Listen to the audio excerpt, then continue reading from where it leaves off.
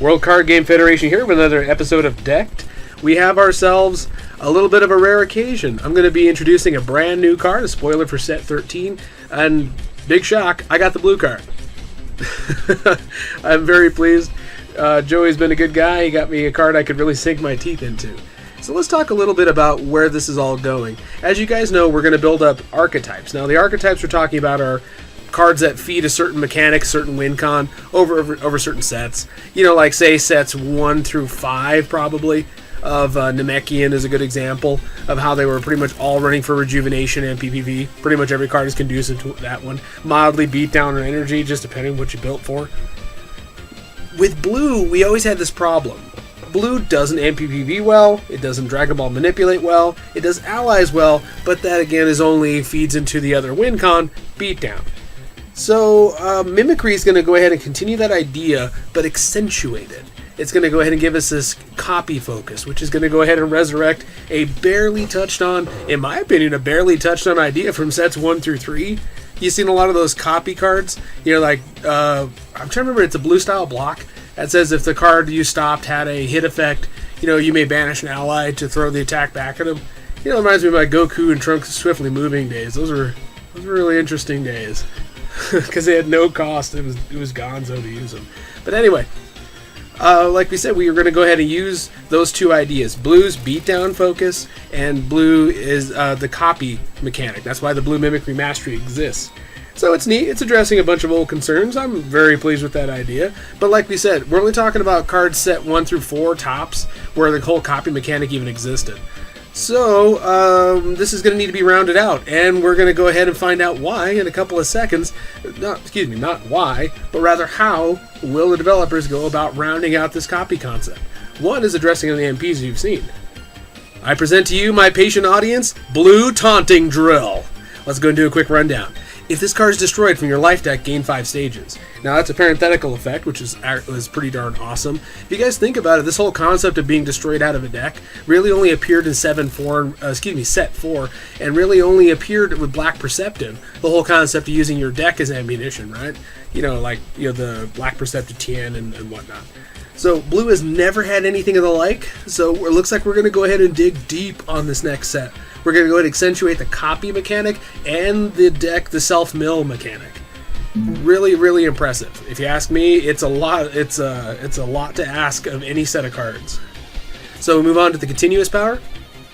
Players cannot use setups during combat unless they perform an attack. Now this set might seem antithetical, but I think it's used to help deal with a lot of the setup decks. Now, if I go ahead and, if I may be so bold as to put this out there, who does this put the coup de grace on?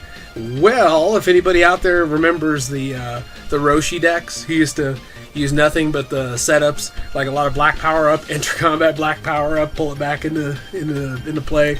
Just like a lot of the Krellin. I want to say Krellin from I don't remember what set that is. The last MPs of Krellin, how they have that ability to pull in the setups and everything. Who here has fought that Krellin and is not tired of being entered into combat, black power up, and then just having all that go to crud? So it's like, okay, you're going to have to throw at least one attack before you try that nonsense. So, that's going to go ahead and interrupt the whole flow of combat in one continuous power. And then we got ourselves an instant here. Use after you perform a successful copied attack. So again, facilitating the copy mechanic, facilitating the beatdown idea, again, everything focused around that. So it indicates our timing. Banish the bottom 2 cards you opponent's discard. Power Rejuvenate 2. These are straight up black style effects. I'm sure all of you black style players are saying, hey, I think I've probably had that card. It kind of is. It's kind of like Black Devious with banishing the bottom of their discard pile.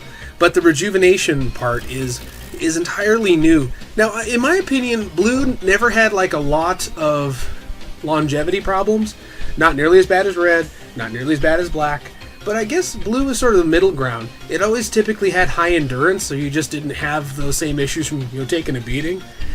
So this whole concept of being able to rejuvenate, like with the mastery and with this card, it is a whole different idea. I know what the whole point is to go ahead and deal with self-mill, but if you think about it, let's say you choose an MP that doesn't tend to self-mill, or you're not using the mastery in the self-mill capacity, it could really be an interesting affair just lengthening out your game. You might entirely win by just putting enough back in, rejuvenating, and holding on to that endurance and weathering a couple of giant attacks and watching your opponent just draw out. I think that's kind of an interesting concept to be added into blue. Though, what is it, blue positioning drill? Kind of did that too. So you think if you throw out blue positioning drill with this drill out there, a lot of rejuvenation. Oh, that's the other thing. This card, because it this card, because it has the word copy or copied in it, is going to go ahead and also be targetable by the mastery. And that is pretty awesome. That means you're going to be able to get it back in the event of it being, damaged out or something like that. I'm very pleased at that, because if you think about it, if you have the ability to keep pushing the word copy, all the copy cards back into your deck, you're going to create marvelous consistency for the decks that you build. You're not going to notice, it got damaged out, there is no plan now. Okay, and you guys imagine this? So you're hurling back all these copied attacks, you're rejuvenating, you're doing all this stuff, your copied attacks can't have endurance. If you're going villains only, you got the villain drill that works with the copies, making them unstoppable. And then think about it. You use the instant power of the mastery, use that to performing a successful copied attack, destroy the top 2 cards of your life deck to draw a card, and then you're going to go ahead and just pop the blue taunting drill itself, use this instant, use that to perform a successful copy attack, banish the bottom 2 cards of your opponent's discard pile. It's like all it has to do is get those 3 out there, have that combo, that drill, this drill, and the mastery, and you are just annihilating your opponent with absolutely gigantic attacks. Now, the interesting thing is here, the only real wild card is this. You need to have your opponent throwing huge attacks at you in order to get the biggest bang for your buck at this one. However, if I may say also, some of the tiny attacks are neat too. Imagine, for giggles, they throw black defensive burst at you, or black energy web. And you're like, you know what? I like the way that played out. Why don't we try turning the tables? How does this make you feel? And I gotta put it out there. Very seldom am I have a block in hand to be able to deal with what I'm just throwing right now. Usually those things don't line up. Give an example. Throw an energy attack, I probably have physical blocks in my hand. And vice versa. So it's going to be an interesting experience with seeing all that played out with this particular mastery facilitating. All in all, I am utterly in love with blue taunting drill and this concept of blue getting a copy focus that is going to be correctly set up in the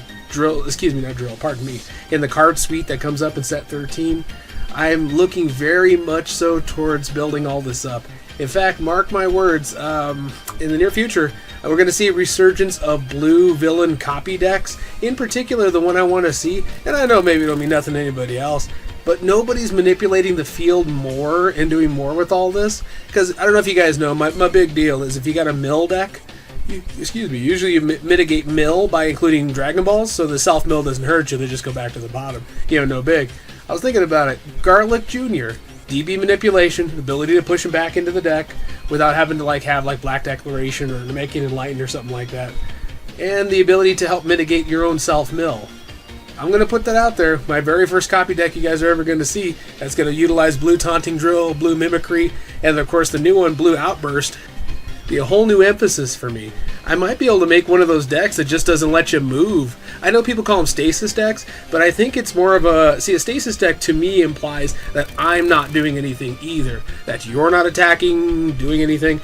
And I'm not doing anything. No. I want to go the other direction. I want to go the direction where I'm going to keep pressing the advantage, blasting you with gigantic energy attacks or physical attacks, whatever you're throwing at me. And the neat thing is,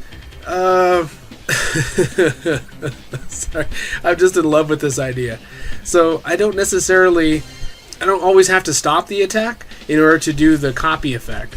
So this is going to be a most interesting concept. I'm very pleased that the developers got to revisit this idea of making old things new. I look forward to you, blue taunting drill, making a big splash in the scene along with your blue copied brethren. Decked out.